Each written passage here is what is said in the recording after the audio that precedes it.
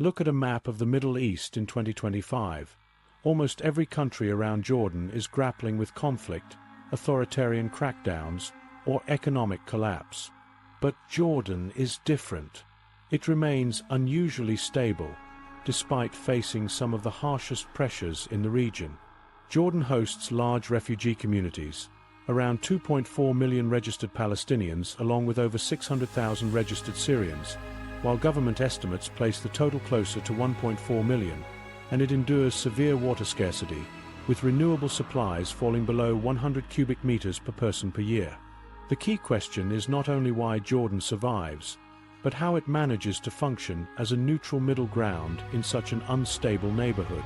In this video, we'll examine how geography, diplomacy, refugee policy, intelligence cooperation, and international aid hold this fragile balance, and why each factor makes Jordan's stability both impressive and precarious. To understand this unlikely resilience, we should begin with the land itself. Geography as a hidden shield. When power in the Middle East is discussed, it often begins with oil. Countries like Iraq and Saudi Arabia hold vast reserves that shape their economies and attract foreign involvement. Jordan, by contrast, possesses almost none. At first glance, this scarcity looks crippling. A country with almost no fossil fuel wealth, arable land, or abundant water seems destined for weakness. Yet those very shortages reduce Jordan's appeal as a prize for outside powers. Where Iraq's oil or Syria's fertile fields draw foreign attention, Jordan's emptiness offers little incentive for conquest or heavy-handed intervention.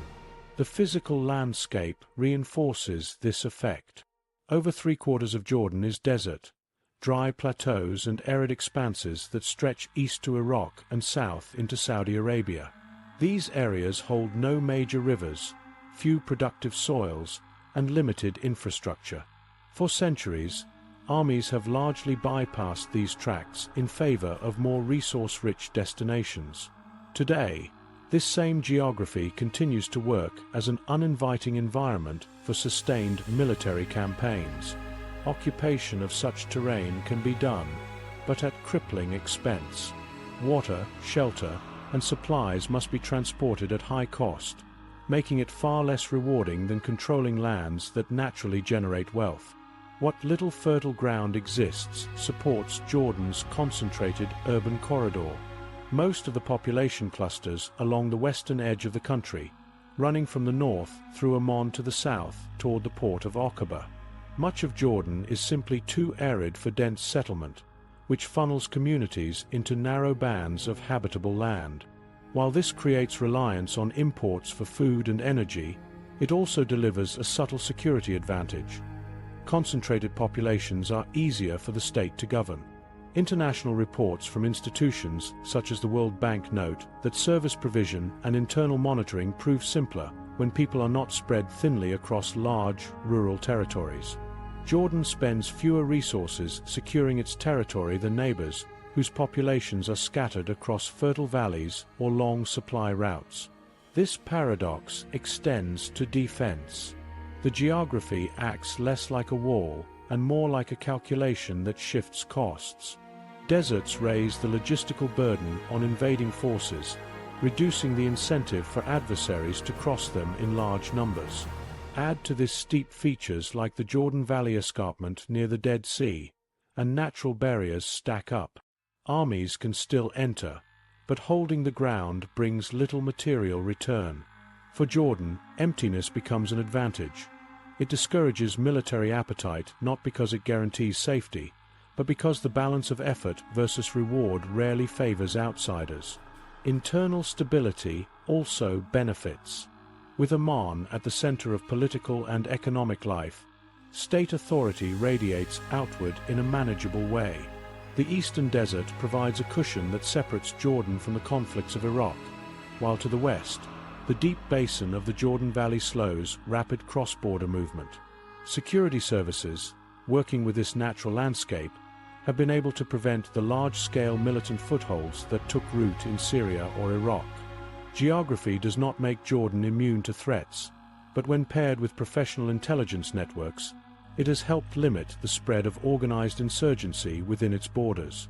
Of course, scarcity brings vulnerabilities. Jordan must import around 70% of its food, and most of its energy comes from neighboring suppliers. These dependencies can pose risks in times of regional crisis. Yet when viewed from the standpoint of external aggression, the same shortages limit the gains an invader would reap. Toppling Jordan's government would not hand an aggressor rich oil fields or vast export agriculture. Instead, it would deliver the burden of supporting a concentrated population in a resource-poor land. To regional actors, it is cheaper and safer to leave Jordan intact as a buffer than to destabilize it. The result is a country whose resilience is built less on what it can offer and more on what it lacks. Where resources have doomed neighbors to repeated wars and interventions, Jordan's barren deserts make it strategically secondary. Where dispersed populations complicate governing elsewhere, concentration within a narrow corridor tempers the logistical challenge of state control. Taken together, scarcity and geography form a shield, imperfect, but effective enough to spare Jordan some of the worst turmoil in its neighborhood. This shield, however, does not leave Jordan isolated. Its position places it directly beside some of the region's most volatile countries, and that proximity creates pressures of its own. The way Jordan manages those pressures, existing between rival powers without collapsing, shapes its role not simply as a survivor, but as an unlikely buffer in the Middle East. The unlikely buffer state. On any regional map, Jordan appears vulnerable, a small state surrounded by instability. To the west lies Israel and the occupied Palestinian territories, to the north Syria, to the east Iraq, and to the south Saudi Arabia. Each border touches a zone of conflict or rivalry. Israel remains locked in recurring friction across its frontiers. Syria is still fragmented after over a decade of war, with militias controlling pockets of land. Iraq continues to struggle with weak institutions and competing armed groups.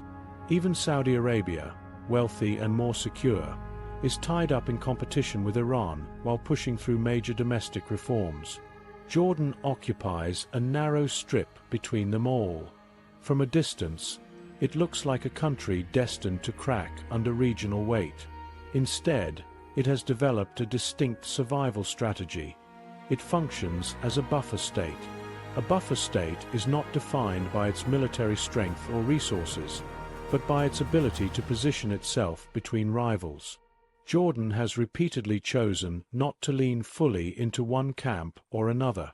Instead, it presents itself as a neutral ground, reliable enough for communication, flexible enough to be useful for everyone, and unthreatening enough that no one seeks to eliminate it. This balancing role creates a kind of insurance. For larger powers, dismantling Jordan would remove a space where indirect ties and quiet meetings are still possible. For international actors, Jordan provides an accessible location to move goods, deliver aid, and gather intelligence without planting large operational centers in more hostile arenas. The state's real protection comes not from force, but from necessity. The surrounding actors find value in keeping Jordan intact. One of the clearest examples of this role lies on Jordan's western border. In 1994, Jordan and Israel signed a peace treaty, making Jordan one of only 2 Arab states with a formal agreement of this kind. That treaty survives despite persistent tensions in the region. At the same time, Jordan is home to a massive Palestinian population. Roughly 2.4 million Palestinians are registered with UNRWA, many as descendants of families who fled earlier conflicts. This dual reality gives Jordan a position found almost nowhere else. It maintains peaceful, working relations with Israel while representing the concerns of Palestinian communities. That combination has allowed Jordan to act as a discrete channel during moments of crisis. In late 2023 and early 2024, for instance, Jordan's government coordinated humanitarian aid deliveries tied to the Gaza war and hosted meetings between international agencies and regional representatives when other venues were politically impossible. The country cannot dictate outcomes, but it offers a practical corridor for dialogue and relief that others struggle to provide. The northern frontier with Syria shows the same logic in a different way. The Syrian war forced more than 1 million Syrians across the border, generating one of the largest refugee crises in modern history. For Jordan, this posed two enormous pressures: the possibility of militants crossing into its territory, and the burden of hosting displaced people in a country already short on jobs and water. But Jordan did not shut itself off entirely. Instead, it ramped up border security while adopting policies that framed refugee hosting as a long-term, managed challenge. One such policy was the Jordan Compact of 2016, negotiated with international donors, which offered financing and trade incentives in exchange for Jordan granting refugees access to jobs. By 2024, more than 450,000 work permits had been issued to Syrians. This strategy limited the potential for unrest inside refugee communities while keeping Jordan from being seen as a partisan force in the war. Its stance was careful, engaged in humanitarian response, but not drawn into armed alignments. To the east, Iraq presented another set of dangers. For decades, Iraq has swung between war, insurgency, and contested governments. These shifts could have dragged Jordan into sectarian violence or militia conflicts. Instead, Jordan pursued pragmatic relationships with whichever government sat in Baghdad. Whether Iraq leaned closer to US backing or came under stronger Iranian sway, Amman kept trade routes open, worked on electricity imports, and handled transport for humanitarian supplies. For both regional governments and Western allies, Jordan became one of the few dependable corridors into Eastern territory. While Iraq's borders with Turkey, Iran, and Syria carried higher political and security risks, the Jordanian route allowed goods and aid to keep flowing under more consistent oversight. The southern boundary with Saudi Arabia highlights another dimension of utility. Gulf leaders regularly provide Jordan with loans, grants, and direct investment. According to World Bank and IMF data, these inflows remain a critical part of Jordan's fiscal survival. The motive is straightforward. Jordan's stability reduces the risk of conflict spilling over into Saudi territory. For Riyadh and other Gulf capitals, supporting Jordan is cost-effective insurance against wider chaos. Creating jobs, financing infrastructure, and supplying aid to Amman secures a buffer zone along their northern flank. For Jordan, the money and political backing offset its chronic lack of resources. The flow is not charity, but mutual interest. Jordan avoids unraveling, and its neighbors reduce exposure to turmoil moving closer to their own frontiers.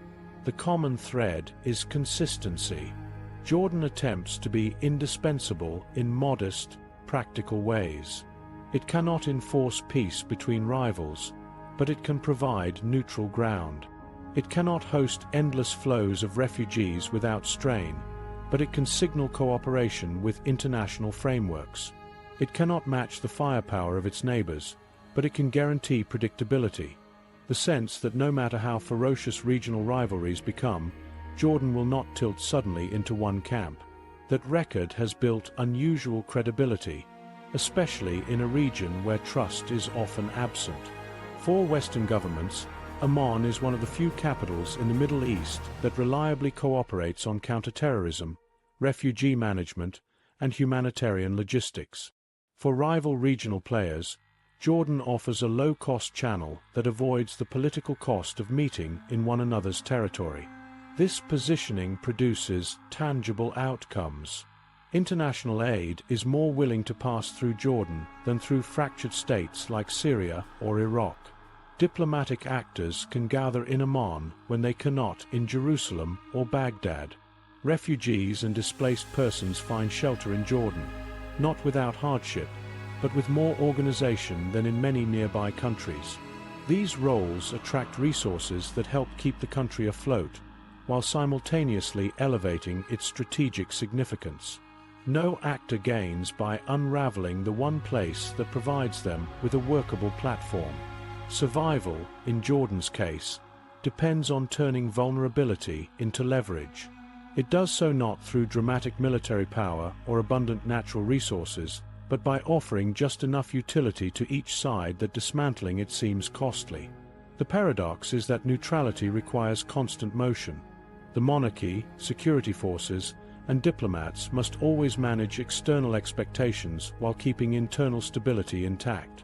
Even minor missteps risk alienating patrons or inflaming domestic populations wary of regional conflict. Neutrality is not passive. It is an active balancing act that never stops. That balancing act, however, comes with pressures. Neutrality requires absorbing shocks that larger states deflect outward. The burden is carried not only by the leadership, but by Jordan's society itself. Refugee influxes reshape demographics, strain water and education systems, and increase unemployment competition. External support smooths the burden but cannot remove it entirely. Because Jordan positions itself as safe, it attracts displaced families and international expectations to share the load. And that weight falls heaviest on a state already managing scarce resources. Which leads to the next challenge: the impact of displacement on the country's stability. Jordan's ability to act as a neutral stage is closely tied to its hosting of some of the world's largest refugee populations. This reality presses against its economy and social fabric, creating strains that most countries of its size would not endure. Understanding how Jordan adapts to those demographic pressures is key to seeing why, despite limited resources, the country remains intact. Refugees and stability against the odds. In 2025, Jordan manages one of the world's most exceptional demographic challenges. With a citizen population of just over 10 million, it also hosts around 2.4 million registered Palestinian refugees and roughly 600,000 registered Syrians, with government estimates placing the true Syrian figure closer to 1.4 million if unregistered individuals are included. Smaller groups of Iraqis and Yemenis add to the total, creating one of the highest refugee-to-citizen ratios anywhere in the world. Hosting such large displaced communities both strains Jordan's fragile resources and secures international assistance that helps keep the country afloat. This dual effect, burden and survival tool, defines much of Jordan's modern stability. The Palestinian presence established the long-term precedent. Over successive conflicts beginning in 1948, Palestinians fled into Jordan in large numbers, with many eventually receiving citizenship. Over time, they became woven into the national fabric, influencing politics, business, and culture. This experience gave Jordan credibility as a state willing to absorb displaced people, even when doing so carried economic and political risks. When the Syrian war erupted after 2011, hundreds of thousands sought refuge in Jordan, some in camps such as Zaatari and Azraq, many more in urban centers like Amman, Irbid, and Mafraq. Unlike Lebanon, where tensions between host and refugee communities often spiral into crisis, Jordan has maintained relative calm. That outcome is not the absence of strain, but the result of deliberate framing. Refugees are portrayed as victims of larger regional disasters, and Jordan positions itself as the responsible host. Still, the reality on the ground is hard. Camps provide shelter but few opportunities beyond subsistence, and much of the Syrian population resides outside them, competing in an economy where unemployment hovers around 20%. For host communities, this raises anxieties over jobs, housing, and rising costs. For refugees, it means living with uncertainty. Work permits exist, but many labor informally and remain locked out of long-term security. Integration is uneven. Unlike Palestinian refugees of earlier decades, most Syrians are unlikely to receive citizenship. While many children attend Jordanian schools and develop local accents, their families face legal and economic barriers that limit permanence or upward mobility. Jordan has tried partial solutions. Through the Jordan Compact, a negotiated framework with donors beginning in 2016, the government expanded access to work permits for Syrians, with more than 450,000 issued by 2024. Some Syrians found work in construction, agriculture, and manufacturing, easing tensions at the margins. These programs, however, are no substitute for a full settlement of refugee legal status.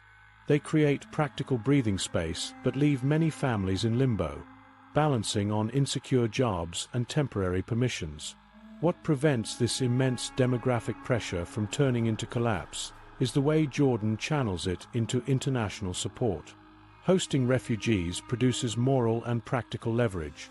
Donors cannot ignore the strain, since instability spreading from Jordan would magnify crises elsewhere. This ensures that the country remains a high-priority recipient of aid.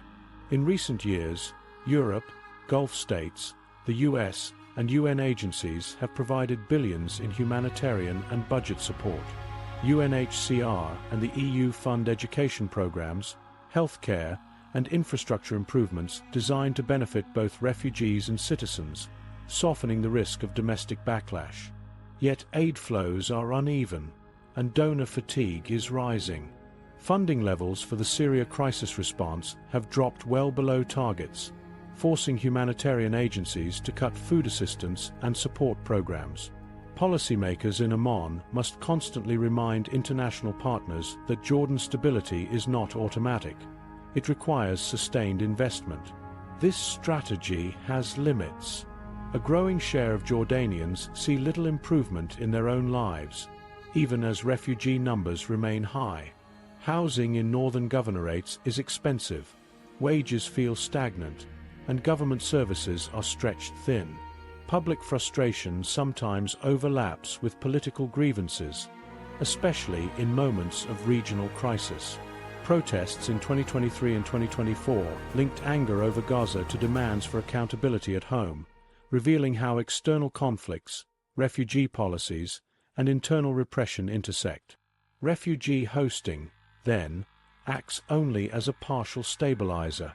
It provides grounds for external support and international legitimacy, but it does not erase domestic tension. The state works to avoid escalation. Its careful handling of narratives treats refugee presence as a humanitarian duty rather than an existential threat. Syrian children attend public schools alongside Jordanians.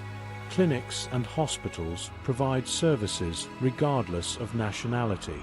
Official speeches frame Jordan as a protector in a dangerous environment. These choices strengthen the monarchy's regional standing and help prevent stark social divides. Still, the underlying competition for scarce resources ensures that integration remains fragile and incomplete. At a diplomatic level, refugee hosting elevates Jordan's status. International forums on displacement consistently feature Jordan's perspective, and regional or global leaders recognize its credibility. Unlike states that speak more than they deliver, Amman can point to hundreds of thousands of registered refugees and massive camps within its borders. This proof of responsibility bolsters Jordan's appeal for further financial contributions and extends its influence beyond what its size would normally allow. The importance of this role is amplified by geopolitical calculations.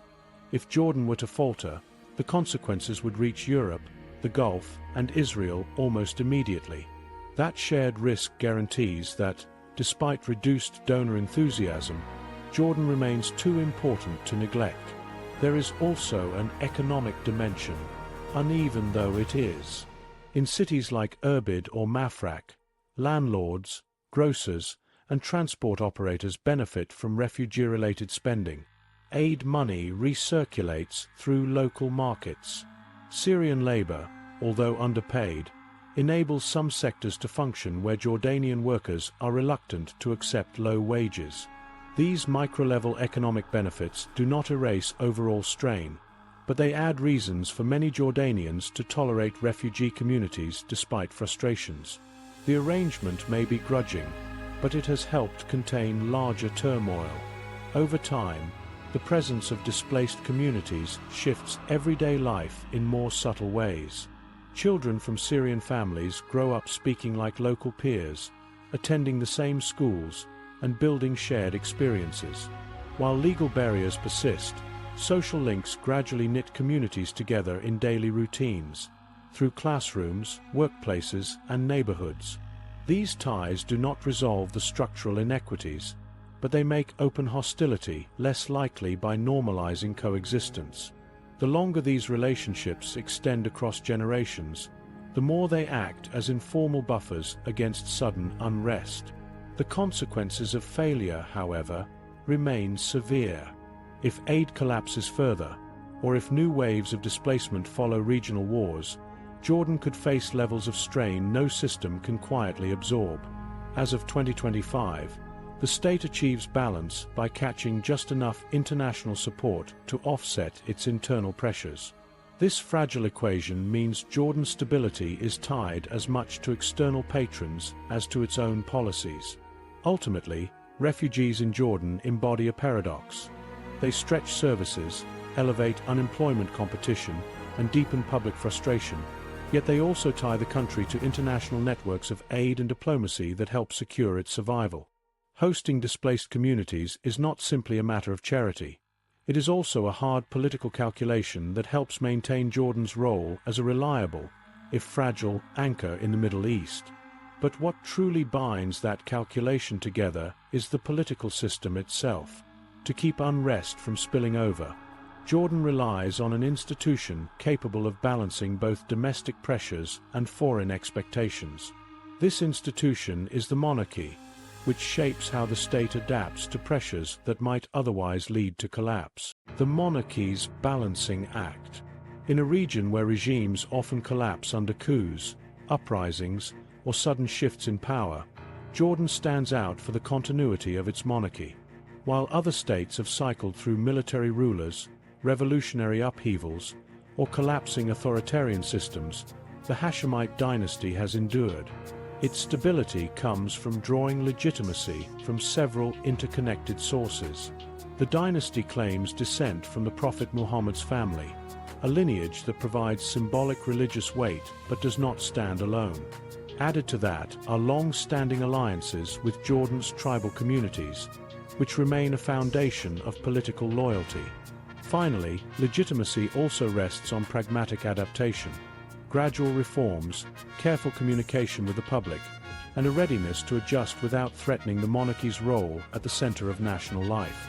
This layered approach combines history, local networks, and cautious modernization into a framework strong enough to hold together a society under strain.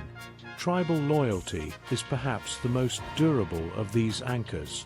Many Jordanian tribes predate the state itself, spread across deserts and highlands, and they have historically mediated between local populations and the monarchy. Successive kings have invested heavily in reinforcing these relationships through respect, visible contact, and sometimes direct forms of material patronage. In return, tribal leaders help channel grievances, preventing discontent from turning into wider fragmentation. This mutually reinforcing bond links everyday communities to the crown in ways that purely institutional politics could not. At the same time, historic lineage provides the monarchy with a narrative of religious continuity, appealing to audiences inside Jordan and abroad, while small but consistent reforms address the expectations of younger generations who judge governance not just on tradition but on perceived progress.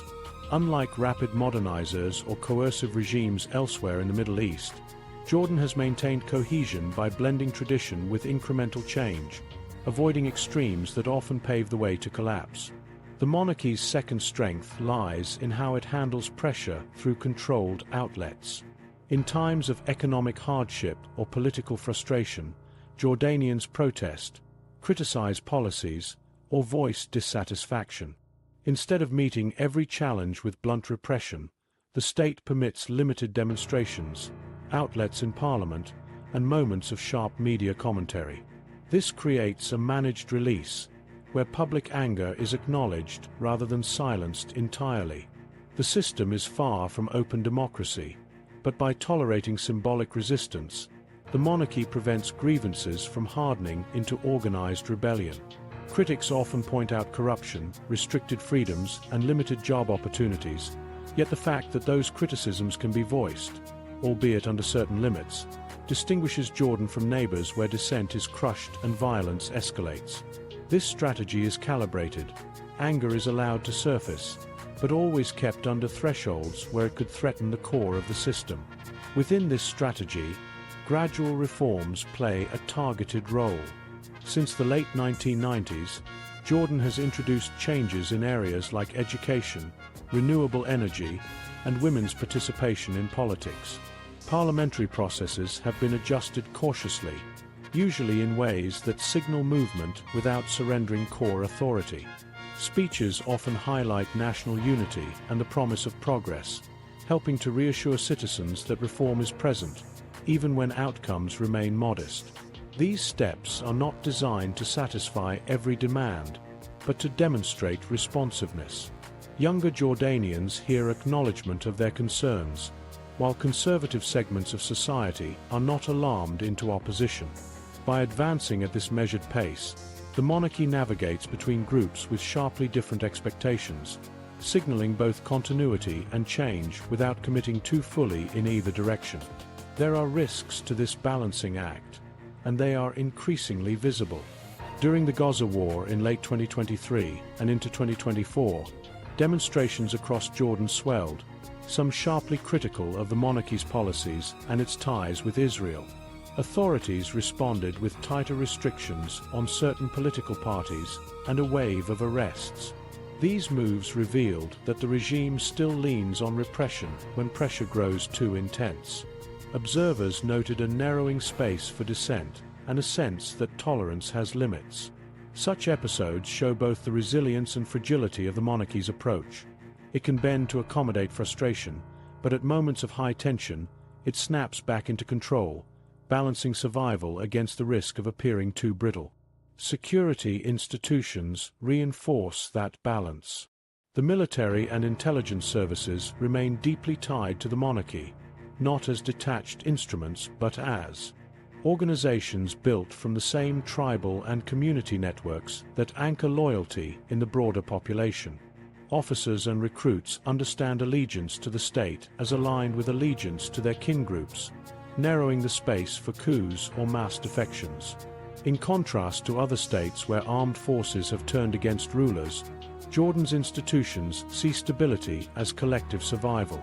This embeddedness strengthens the monarchy's grip and ensures that crises do not automatically translate into institutional rebellion. Economic patronage also plays into this web of stability. Jordan's resources are incredibly limited, but state employment remains a central feature of daily life. The public sector not only provides jobs, it distributes income and security in a country with few alternatives. According to World Bank and EBRD assessments, a large share of Jordanian households are anchored by public wages, many of them financed indirectly through donor support and foreign aid. This arrangement ties livelihoods to the state in direct ways. Families see immediate consequences if state authority weakens. Subsidies, jobs, and government-backed projects may appear modest compared to wealthier Gulf options, but in Jordan they represent a critical safety net. It is an economic contract that underpins loyalty.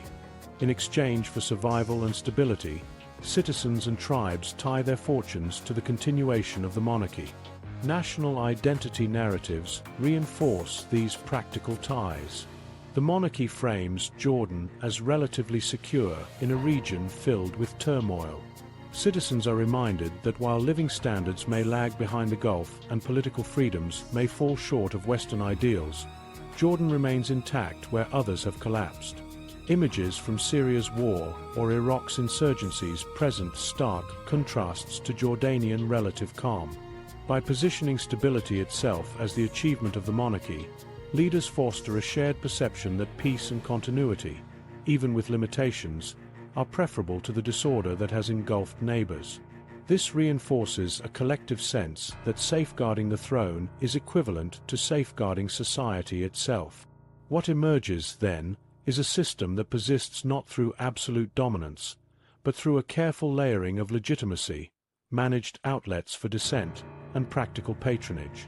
The Hashemite dynasty does not eliminate opposition, but pulls it into a national framework that bends without breaking. It admits weaknesses, scarce resources, modest reforms, and rising frustrations, yet insists that stability depends on a monarchy flexible enough to accommodate discontent while strong enough to prevent collapse. This delicate balance does not guarantee permanence. As recent protests and arrests show, the pressure can grow dangerously high. But for now, the monarchy's calculated adaptability sustains a country otherwise vulnerable to the same upheavals that have undone its neighbors. This domestic balancing act links closely to Jordan's external posture. Just as the monarchy manages competing demands internally through caution and adaptation, it approaches its foreign relations with similar restraint. Its role on the regional stage draws from the same instinct: survival through neutrality, credibility through measured action, and endurance through usefulness to stronger players. Understanding how this approach plays out abroad is essential to grasping Jordan's broader strategy in an unstable Middle East. Strategic neutrality and diplomacy. For Jordan, diplomacy is not about grand alliances or projecting dominance. It is about strategic neutrality. Its foreign relations often appear contradictory on paper. A peace treaty with Israel alongside support for the Palestinian cause, reliance on U.S. assistance while cultivating close ties to Gulf monarchies, and pragmatic engagement with a range of regional players without binding itself firmly to one camp. What seems inconsistent is in fact deliberate. Because Jordan's diplomacy keeps open channels to competing powers, it becomes an indispensable mediator, and mediators attract protection, not conquest. The first and most visible example is Jordan's relationship with Israel and the Palestinians. Since the 1994 peace treaty with Israel, Jordan has maintained a relatively quiet border that enables water-sharing agreements and cross-border coordination. At the same time, Jordan upholds its special role as custodian of Jerusalem's Islamic holy sites through the Hashemite Monarchy, a sensitive responsibility that enhances its credibility with Muslim communities worldwide. Simultaneously, Jordan hosts about 2.4 million registered Palestinian refugees, ensures their political voice is visible, and consistently reaffirms support for Palestinian statehood. Though these positions may appear irreconcilable, they are pursued in parallel. To Israel, Jordan is a stable neighbor committed to peace. To Palestinians and the wider Arab world, Jordan signals solidarity with their aspirations. This ability to stand in both roles, though satisfying neither side fully, creates space for Jordan to serve as an accepted intermediary when tensions escalate. The United States represents the second pillar. Jordan is one of Washington's most reliable regional partners, and bilateral assistance reflects that. In recent years, U.S. support has averaged around $1.45 billion annually, covering direct budget transfers, military aid, and humanitarian relief. American forces train in Jordanian facilities, and joint counterterrorism initiatives strengthen the country's internal security. Yet Jordan balances this alignment carefully. While accepting American aid and military backing as economic lifelines, Jordan avoids appearing to act solely on Washington's behalf. This ensures its credibility with Arab partners is not undermined. For Jordanians themselves, the monarchy frames U.S. backing as practical, helping maintain jobs, infrastructure, and education, necessary steps for survival rather than ideological dependence. The result is a partnership that brings substantial resources without collapsing Jordan's wider balancing act. A third anchor lies with the Gulf states, particularly Saudi Arabia and the United Arab Emirates. For them, Jordan functions as a buffer against instability moving north out of Syria and Iraq. They also view it as a reliable Arab monarchy deserving of support. In turn, the Gulf has long provided investment, concessional loans, and grants that prop up Jordan's budget, alongside opportunities for Jordanian workers abroad. This flow of resources supplements U.S. aid, diversifying Jordan's survival base. Yet Amman is careful to align with Gulf concerns without becoming dependent on one patron. For instance, when Riyadh voices worries about regional shifts, whether linked to Iranian influence or Turkish ambition, Jordan signals cooperation without overcommitting. That balance reassures Gulf partners who want stability on their doorstep, while giving Jordan the fiscal oxygen it badly needs. Beyond these major anchors, Jordan manages secondary relationships in a similarly pragmatic way. With Turkey, ties focus on trade, religious pilgrimage routes, and selective coordination. Amman avoids either embracing Ankara's influence too closely or undermining it, which keeps relations workable without alarming the Gulf. With Iran, Jordan adopts a cautious stance.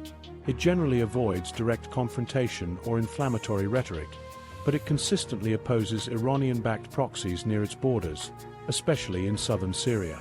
This limited engagement prevents Jordan from becoming an active target while reassuring Gulf allies of its shared concern. Such pragmatic distance allows Jordan to steer clear of unnecessary entanglements while signaling vigilance. The payoff of this diplomatic posture lies in its predictability. Jordan rarely surprises its partners. It presents its neutrality not as indecision, but as an entrenched policy of survival. Allies and rivals alike understand that Jordan will avoid extreme shifts. This means it is not fully trusted by anyone, but equally it is feared by no one. Such constraint grants the country unique opportunities. Jordan becomes a venue where governments and organizations can quietly interact in ways they would not in Cairo, Riyadh, or Jerusalem. Over the years, Amman has hosted closed-door discussions on Palestinian rights, security coordination against militant groups, and humanitarian logistics tied to conflicts in Gaza, Iraq, and Syria. These meetings happen not because Jordan dictates terms, but because it offers a politically acceptable and low-risk stage. Domestic politics reinforce this consistency. Jordanians recognize that the peace treaty with Israel, while unpopular, has prevented open border wars. They also acknowledge that American aid underwrites the economy, even as frustrations mount over Washington's regional policies. Public opinion often leans heavily toward solidarity with Palestinians, but the monarchy crafts a narrative that blends this sentiment with the necessity of broader survival. Citizens are reminded that Jordan's diplomacy is not about choices of allegiance, but about continuity in a dangerous neighborhood.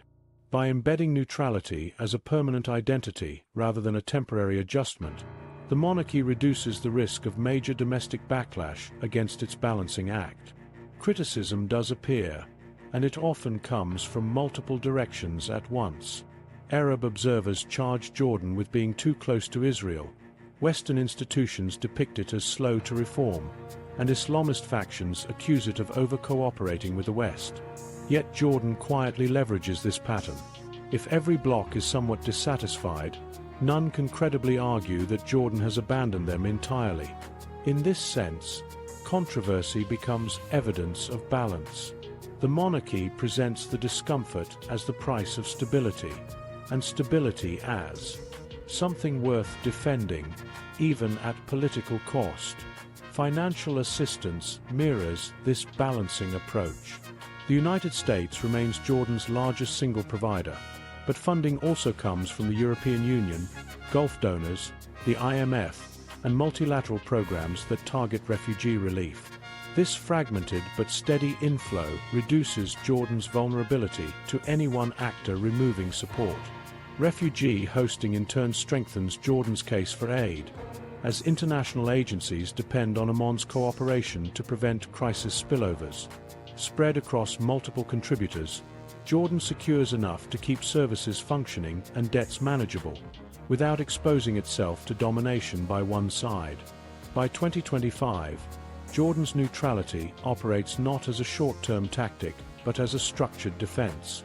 It uses diplomacy to build redundancy into its support systems, so if one source falters, others remain. Geography places it at the center of conflict zones. Neutrality transforms that exposure into an asset. Where other states collapse into rivalry, Jordan turns contradiction into a shield.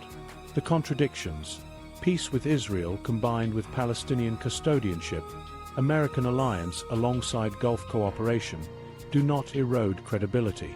Instead, they cement Jordan's place as a state that cannot be ignored, yet need not be attacked. This careful set of external relationships makes Jordan appear durable, but another dimension underpins its survival in ways less visible. Beyond diplomacy and patronage, Jordan secures itself through a system that works in the shadows, one that monitors threats, disrupts plots, and ensures external allies see Jordan as indispensable to their own security. That hidden structure, more than any foreign speech or treaty, shows why Jordan continues to endure where others falter. The secret intelligence network. Most accounts of Jordan's stability highlight its monarchy, geography, or careful diplomacy. Less visible but equally central is the network that operates out of the shadows, the General Intelligence Directorate, or GID. For decades, this agency has become the quiet architecture that underpins national security. It rarely features in headlines, but its reach extends well beyond the borders of the kingdom. In a state without abundant natural resources or overwhelming military strength, intelligence has become Jordan's most valuable currency. Because Jordan cannot rely on oil wealth or vast armies, its survival rests on knowledge, gathering, analyzing, and acting before threats develop into crises. The GID was built around the recognition that modern dangers in the Middle East rarely come from traditional invasions of tanks and aircraft. They usually emerge from militant networks, radicalized individuals, and shifting guerrilla groups that exploit porous borders. Intelligence is not an accessory in this environment. It is the primary defense tool. When handled effectively, it provides Jordan with outsized influence in regional counterterrorism efforts, far disproportionate to the country's size and economy. The GID's role extends beyond Jordan's domestic front.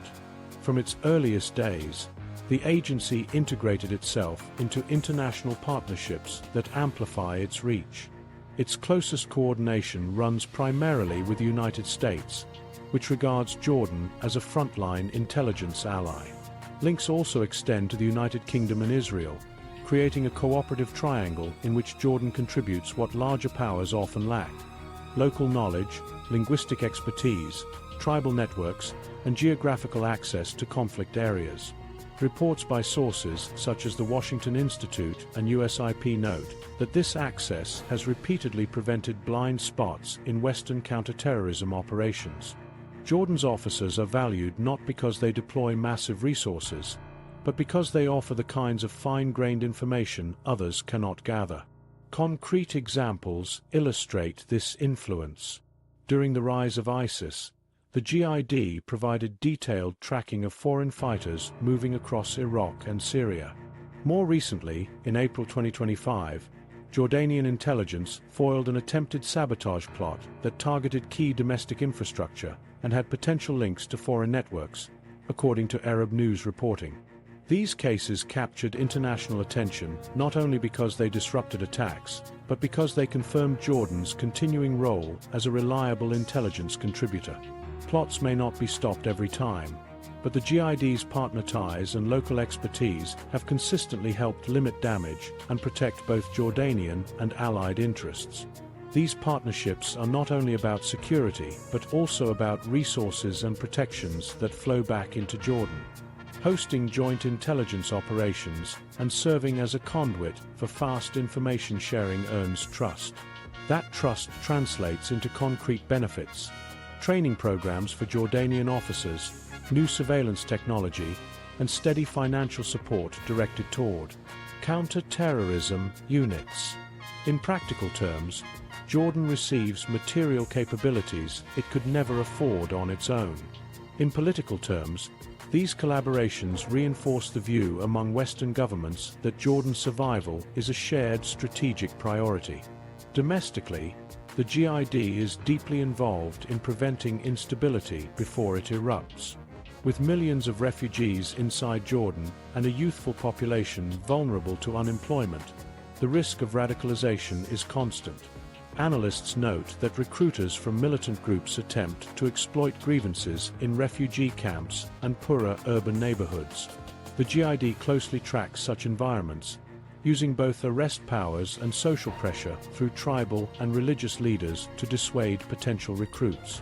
The agency's broad presence is often criticized as heavy surveillance, but for many Jordanians it is accepted as a safeguard in an environment where neighboring countries show what unchecked infiltration looks like.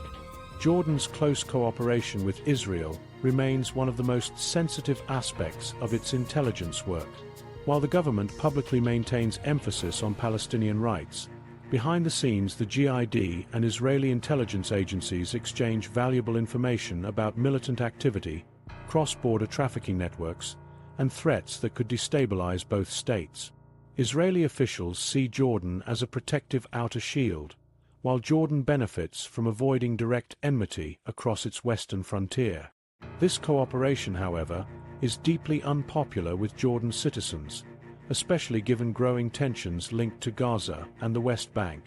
The monarchy is acutely aware of this, carefully keeping most collaboration out of public view while maintaining the practical necessity of the relationship. Security gains are balanced against political cost. The influence of Jordan's intelligence apparatus is not confined to counter-terrorism. The GID plays a quiet but essential role in managing broader challenges that could destabilize society. Water scarcity, smuggling, tribal disputes in desert regions, and waves of new refugee arrivals are all monitored by intelligence officers. This information informs government decision-making long before issues grow into full-scale crises. By maintaining a constant flow of data to planners, the GID ensures that non-military pressures, such as strained water supplies or sudden demographic shifts, are addressed as national security priorities rather than left to chance. Critics point out the risks of such a powerful institution. The GID is frequently described as a pillar not only of security but of political control, extending its oversight into opposition parties, activist groups, and elements of civil society. While this raises concerns about freedoms and accountability, most observers also note that Jordan's survival has depended heavily on preventing state fragmentation. Where intelligence institutions in neighboring countries fractured along sectarian lines or acted against the state itself, Jordan's GID has remained cohesive. Its centralization of information and authority reflects both a survival strategy and a trade-off: stability in exchange for a narrower political space. Internationally, Jordan's intelligence network is regarded as one of the most professional in the Arab world. It blends modern techniques, often supplied through Western training, with traditional social knowledge that reaches into tribal communities and border areas. This combination allows the GID to look outward, providing intelligence to major powers, while simultaneously looking inward to contain discontent before it threatens state structures. Analysts consistently stress that without this constant vigilance, Jordan's diplomatic balancing act could collapse under the weight of regional violence pressing against its borders. The paradox is straightforward. Jordan lacks the natural wealth or military muscle of its neighbors, but its intelligence network compensates by embedding the kingdom inside global security systems that larger powers consider essential. This makes Jordan not just a recipient of aid and military assistance, but a node of protection others cannot easily replace. The arrangement is deliberately discreet, but its implications are broad. Jordan's stability is tied to the understanding that information flowing out of Oman remains critical to regional security architectures. Yet intelligence, for all its importance, is only one layer of survival. Information sharing and security cooperation protect the state from sudden collapse, but they do not resolve everyday vulnerabilities that citizens face. Jordanians still struggle with limited opportunities, a tight labor market, and mounting public debt. Security prevents breakdown, but it does not generate prosperity. The next question is how a country with so many economic weaknesses manages to continue functioning at all. It is in this fragile economic landscape that Jordan's reliance on external lifelines becomes clearest. Economy on life support, and why that works. Jordan's economy in 2025 operates in a state of constant fragility, yet that very weakness has become a component of its endurance. By conventional measures, the numbers suggest persistent vulnerability, high public debt, reliance on imports for energy and food, and unemployment that hovers around 20%, with youth unemployment far higher. In most circumstances, such conditions would invite crisis. Yet Jordan has not collapsed like Lebanon, nor spiraled into financial chaos as seen in other regional states. The paradox is that dependence itself produces stability. Aid, loans, and foreign investment act as lifelines, tying Jordan's survival to the vested interests of wealthier powers that cannot afford to see its collapse. Rather than being judged by its GDP figures, Jordan's resilience is maintained through the structure of its external financing. The United States remains Ammon's most reliable single partner, providing about $1.45 billion annually in bilateral assistance, cash transfers for the government budget, military aid, and humanitarian programming. In 2025, the World Bank approved a $1.1 billion support program for Jordan, directed toward employment and fiscal stability. At the same time, the European Bank for Reconstruction and Development reaffirmed its long-term commitments for investment in infrastructure and energy projects. Taken together, these flows allow Jordan to sustain payrolls, maintain schools and hospitals, and modernize its networks in ways that would otherwise be impossible. Unlike sweeping statistics that imply self-sufficiency, these figures show how aid underpins the state's basic operating capacity. This arrangement reflects careful political positioning. For donors, Jordan offers reliability in a region where most governments either resist cooperation or suffer repeated breakdowns. Ammon's neutrality in major conflicts makes it more attractive as a partner, and its willingness to host refugees reduces burdens that neighbors resist. As a result, outside support is justified less as charity and more as prevention. The calculation is straightforward. Funding Jordan keeps one border stable with Israel, shields Saudi Arabia's northern flank, and provides a steady conduit for humanitarian operations. Cutting aid would cost more later in the form of displaced populations, regional disorder, and potential new insurgencies. Yet the system is not without risks. Dependency, if taken for granted, discourages deeper reform or local innovation. Jordanians, particularly younger generations, often question why billions in foreign inflows have not produced clear economic opportunities.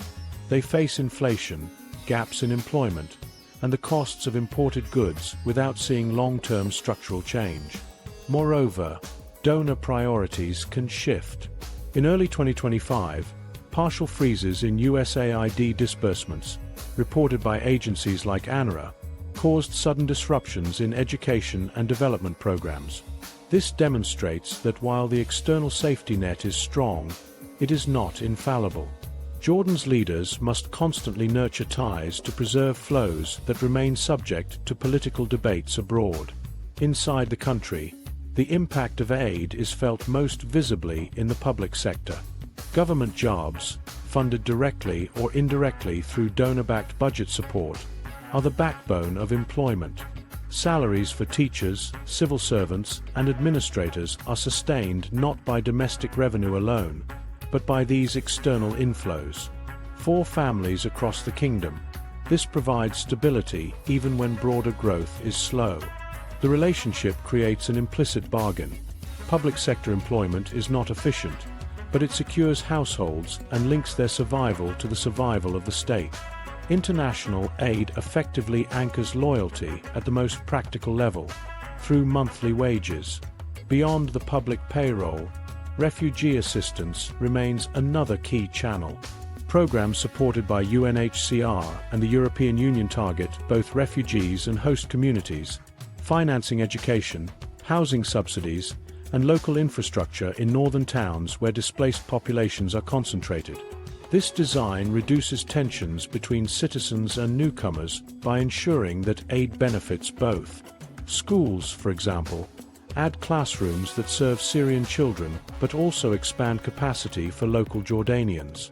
Water networks and clinics constructed with donor financing likewise serve mixed communities.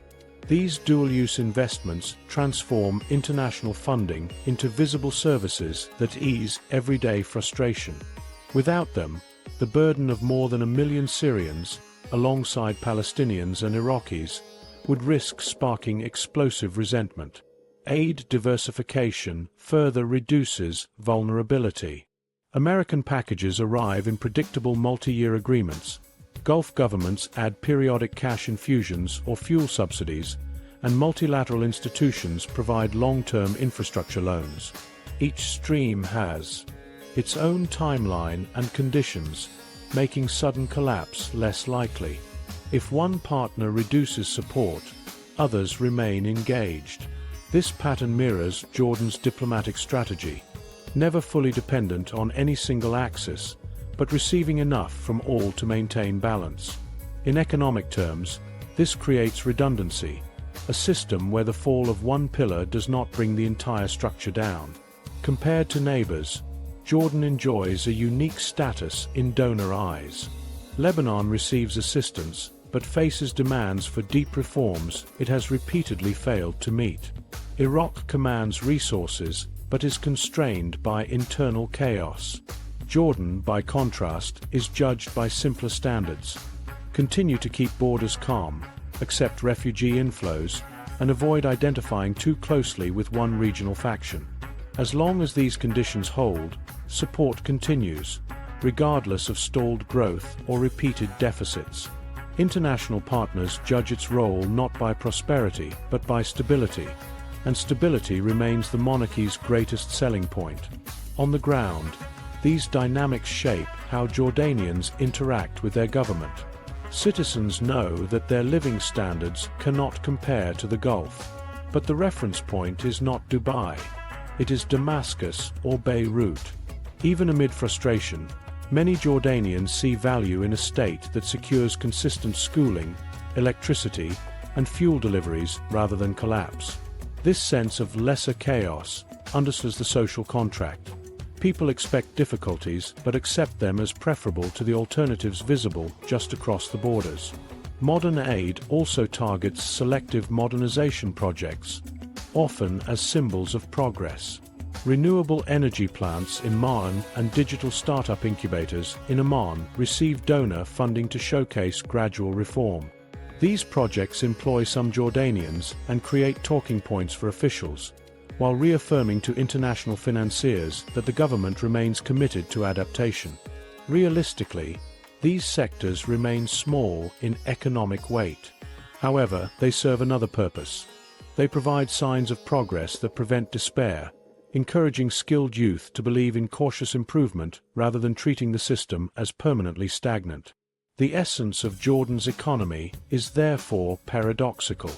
Its weaknesses remain unresolved, yet those very weaknesses ensure that outside actors feel compelled to underwrite survival. Donors treat support packages not as endless benevolence, but as pragmatic investments in security. At the same time, Jordanians see daily evidence, salaries, hospital supplies, infrastructure repairs, that their country's continuity depends on these inflows. Stability is purchased through constant external engagement, and survival rests on never allowing the pipeline to empty. Still, the model places limits on what kind of future can be built.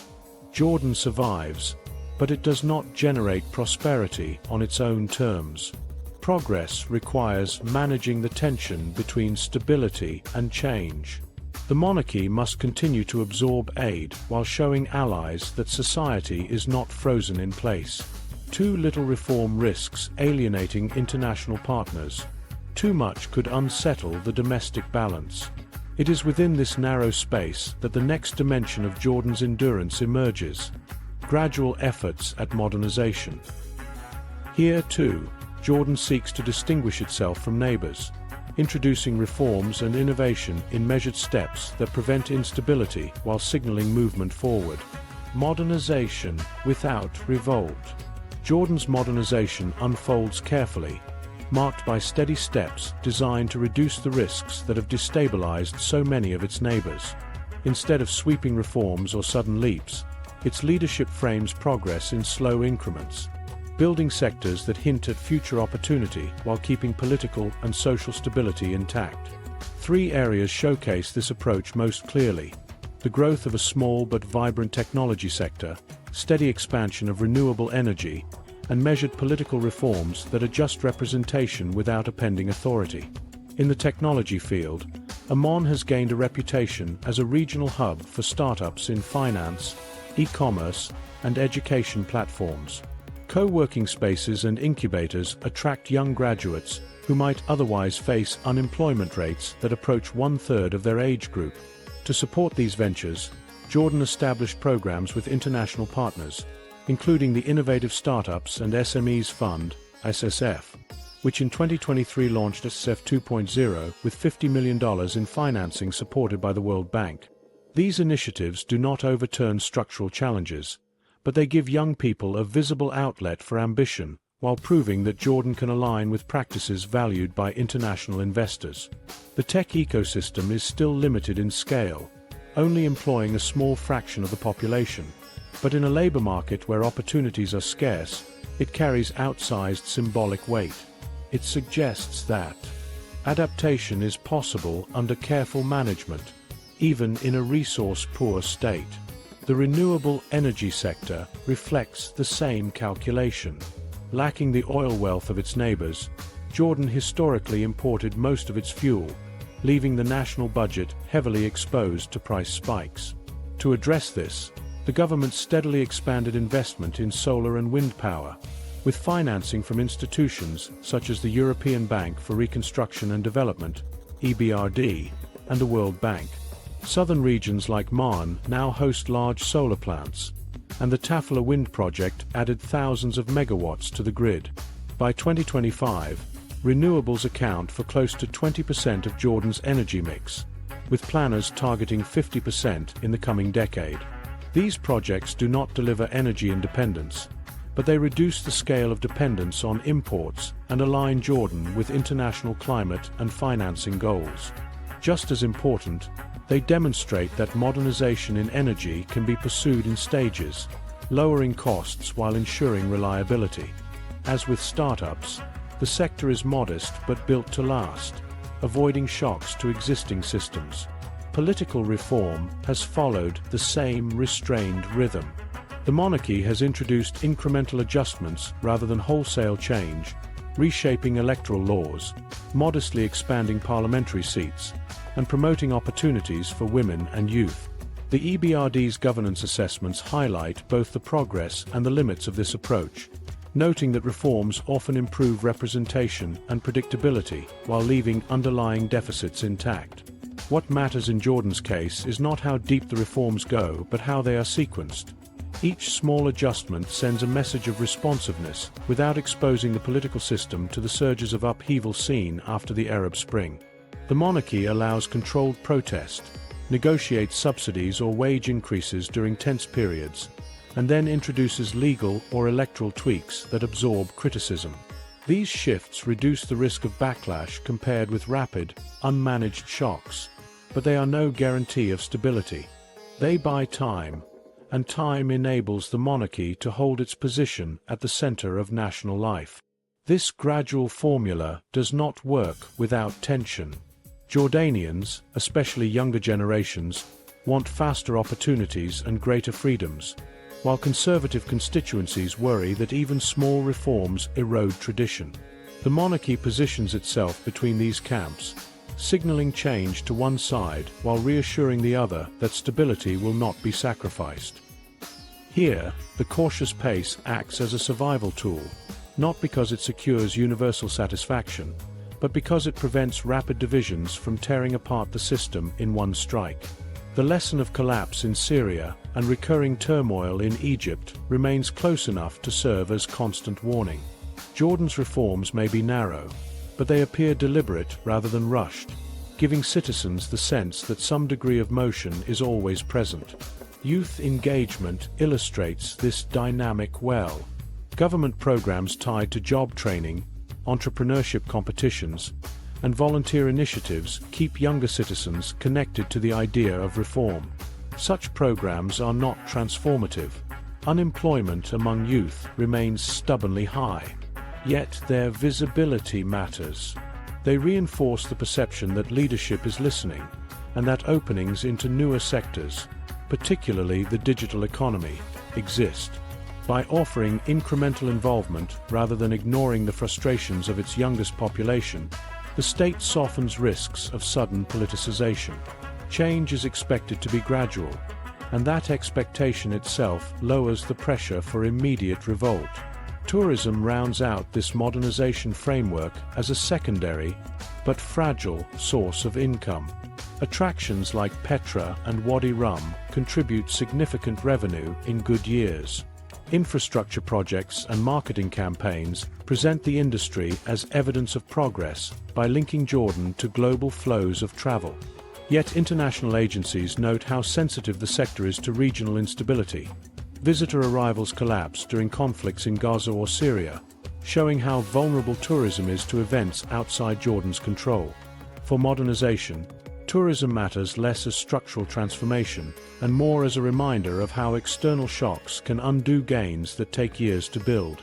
Still, modernization here is not about achieving a decisive break with the past. It is about managing a spectrum of risks with carefully measured reforms. Jordan's leadership promotes small wins, the opening of another solar field, legal inclusion of more women in parliament, or a new round of startup funding, as evidence that the country is adapting. The scale remains narrow, but each announcement carries weight in a political culture where symbols of progress help anchor belief that the state is not standing still. For donors, these visible projects reassure them that their aid supports forward motion. For citizens, they remind people that the system allows measured change, however slow. The value of gradualism lies in contrast. Where Tunisia's rapid democratic shift produced disillusion when the economy failed to deliver, where Syria's repression boiled over into outright war, Jordan's cautious method reduces the chance of sudden upheaval. It does not erase dissatisfaction. Frustration with high costs, limited freedoms, and corruption still fills the public sphere, but it channels that frustration through outlets that prevent collapse. The monarchy calibrates this balance as an ongoing process, never fully settled.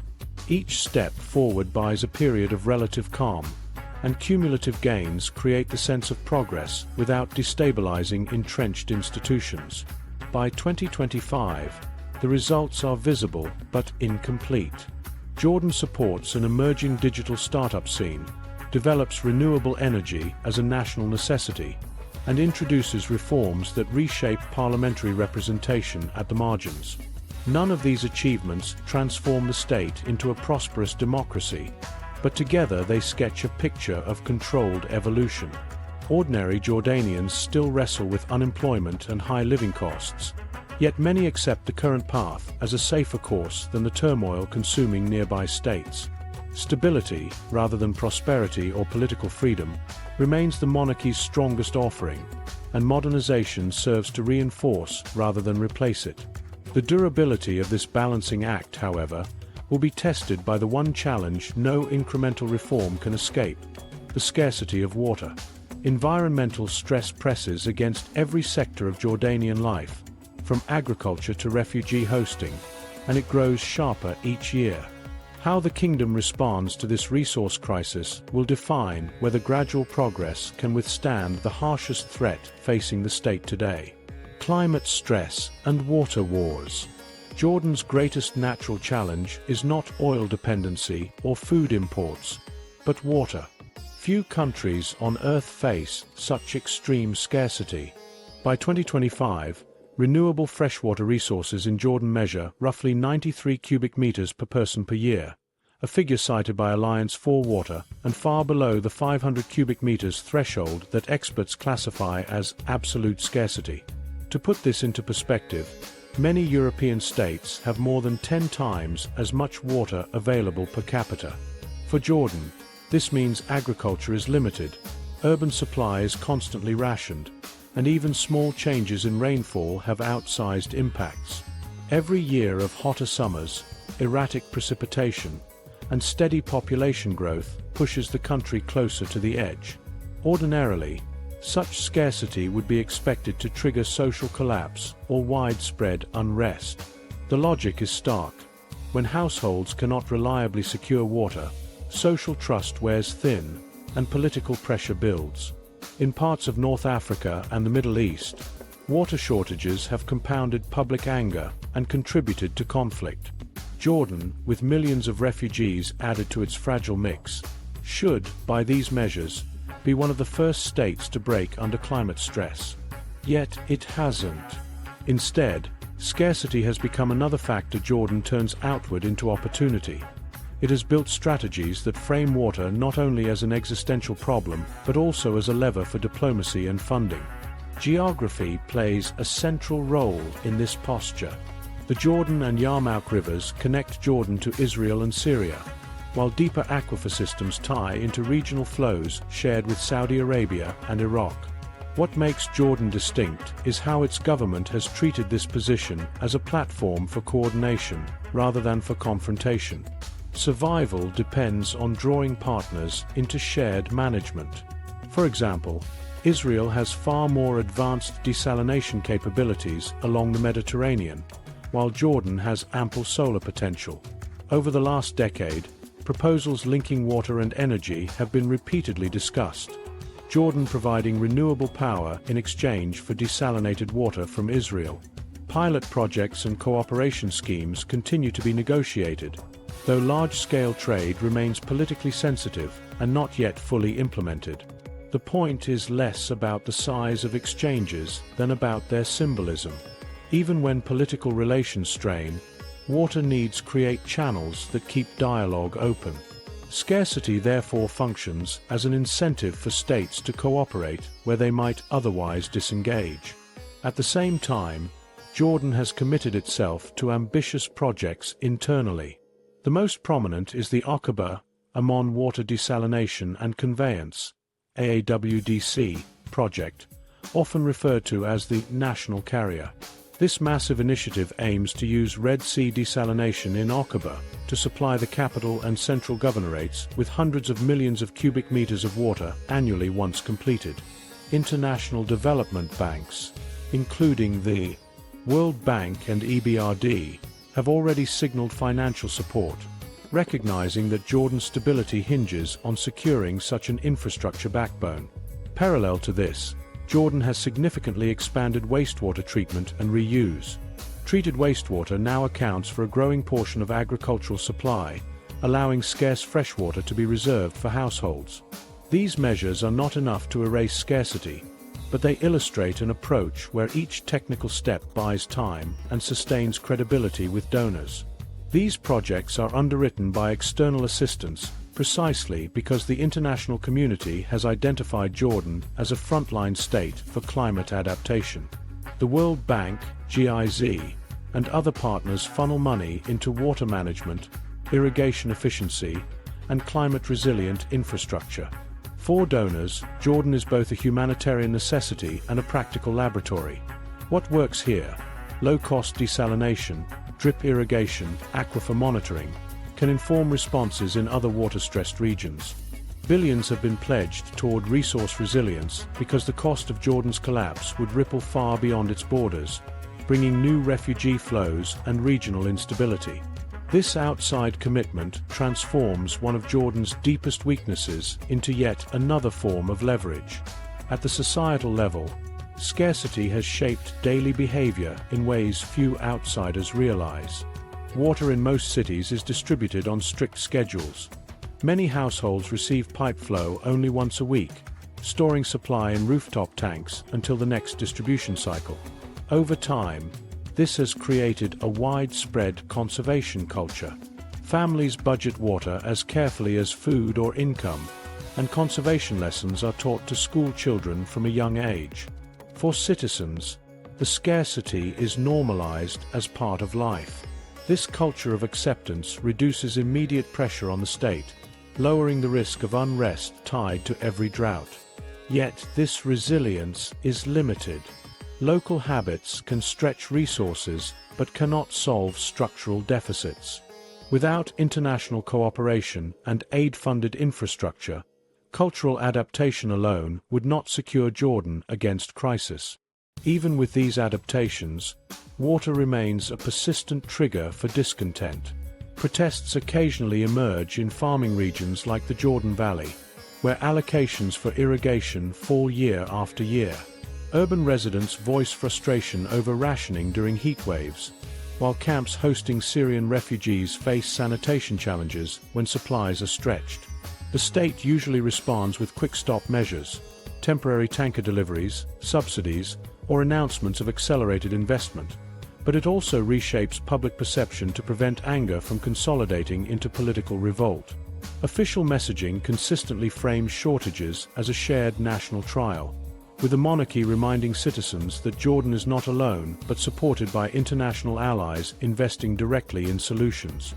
Scarcity, reframed in this way, becomes a common burden rather than a singular government failure, dulling political backlash against the regime. Water cooperation extends southward as well. Gulf states, particularly Saudi Arabia, are tied into Jordan's strategies, financing selective water projects and offering budget assistance to ensure supply security does not collapse. Their rationale is pragmatic. If Jordan falters, regional instability and population displacement continues to spread. Funding Jordan's adaptation is, for them, a relatively small insurance cost. Development agencies also find value in sponsorship. By supporting Jordan, institutions like the EBRD and World Bank can showcase how middle-income, resource-poor states can still implement scalable, innovative water systems under intense stress. Jordan's role becomes, in part, exemplary, its survival a case study in adaptation for other states at risk. But this reliance carves narrow margins. If relations with Israel deteriorate, or if donor fatigue sets in, Jordan's options contract quickly. Unlike oil or wheat that can be imported globally, bulk water is prohibitively expensive to ship. Without cross-border cooperation and aid-backed projects, Jordan could not meet even its reduced per capita demand. This trap explains the monarchy's continued emphasis on neutrality and balanced diplomacy. Water needs make burning bridges impossibly costly. Every relationship, whether with Israel, Gulf donors, or multilateral institutions, feeds directly into keeping taps running and fields minimally irrigated. By 2025, Jordan has proven that extreme water scarcity is not fatal by default. Instead, it has turned shortage into a platform for resilience, tightening bonds with donors and reshaping both domestic practice and international strategy. The country embodies the paradox of climate adaptation. Its greatest vulnerability doubles as its strongest source of engagement. Each liter of clean water is secured not just through pipes and treatment plants, but through treaties, foreign financing, and careful diplomacy that ties others into Jordan's survival. Still, this strategy has limits. Scarcity is never truly solved, only managed. The same constraints that draw in partners also keep Jordan locked in permanent fragility.